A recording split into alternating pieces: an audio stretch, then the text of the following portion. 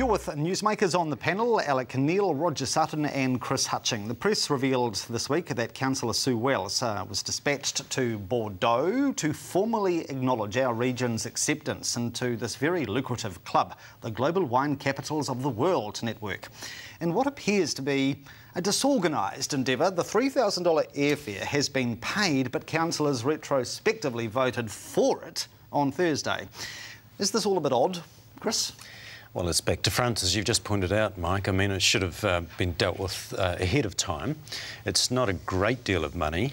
Having said that, I am deeply sceptical of a lot of these council initiatives. I don't know quite where they fit in with the New Zealand wine industry. It's a little bit like the sister city thing. I really don't see a lot of benefits coming out of it, and with China in particular anyway, it all seems to be one way. So, yeah, I don't know, I question it. I hope she had a good trip though. Irrespective of the Mickey Mouse manner in which the trip was approved, this idea of being a member of the Global Wine Capital Network, do you think it could be a welcome fillip for the local industry?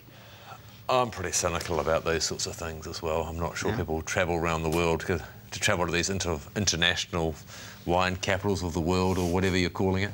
I think people travel to places for reasons other than that. In terms of Sue Wells going off to Paris, I think Sue actually works probably pretty hard as a city councillor.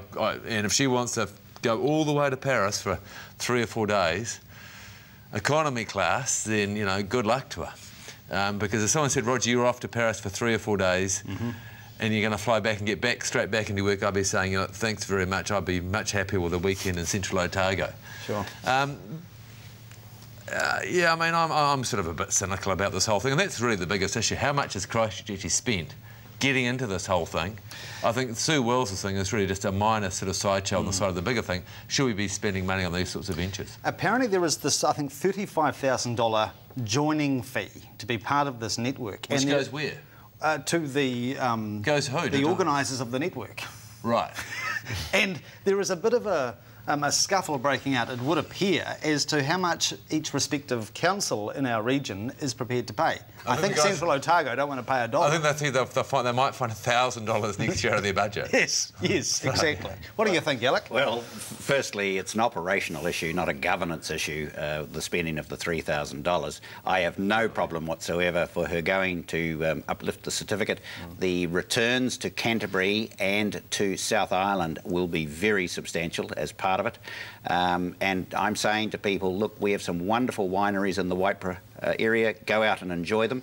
I went to the opening of the Kurau winery near Kurau last Saturday. Some very, very good Riesling. The 2008, I recommend it. Look, we have something here that's a little jewel, and that is our wine ability.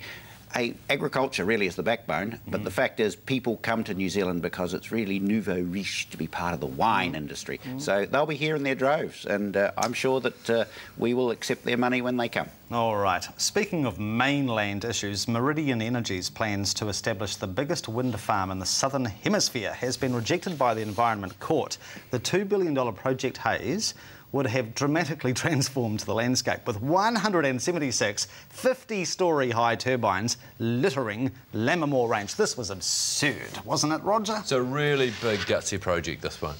I think it's the amount of energy this thing would have generated, or might still generate if they go to appeal, is equivalent to, I think, 10 or 15 years worth of energy growth in the South Island. So it's a really, really big project. And I think Meridian fell over here because we do actually have a lot of renewable energy still available in the South Island. Just generally in New Zealand, we can still have a lot of wind. There's more hydro we could develop if we were gutsy enough. Yeah. And they weren't able to show the judge in this case that actually this was actually needed compared to all the other possible projects that are going on. The thing that my problem is that I think we do need this energy, and if we're not going to have energy out of things like Hayes, then it's going to come from somewhere else, which also will have some sort of environmental impact. Either that, or everyone's going to get happier. No one is going to be happy about the price of electricity going up, or we're going to start regulating it more to tell you have to have a solar water heater on your roof and do some of those sort of nanny state type sort of things. Do you agree that this court decision is a huge victory for the power of aesthetics? when it comes to special landscapes. I mean, I'm just personally, I'm amazed that they even went for the Livermore range. Well, I mean, I think that Central Otago, Otago region has actually got a lot of fantastic ridges for wind. They're quite smooth, the wind speeds are really good. And the Meridian, I think, thought this was actually one of the less special places down there compared to the Old Man Range or the Old Woman Range, some of those sorts of places. Sure. Okay. Yeah. Chris? I think Meridian miscalculated in a big way. But like you, I'm astounded that it was actually made on the grounds of landscape values. I would have thought perhaps there was more of a case on the economic grounds, the fact that it's a long, long, long way away from any major urban centre, so you're going to lose a heck of a lot of that power transmitting it. And from what we're told, I've read some of the opposing arguments, the economics arguments, it doesn't blow as much in autumn and winter as we would want. So we're getting the power at the wrong time, it's miles away. In some ways I was quite delighted to see this because it shows that these things are not entirely unstoppable. And the fact that it was on landscape grounds seems to lend credence to those guys that were opposing it, like the poet Brian Turner and people like that. Yeah, I think it is great. Sorry, on that point, I think it is great that I think Meridian went out and spent a huge amount of money on this.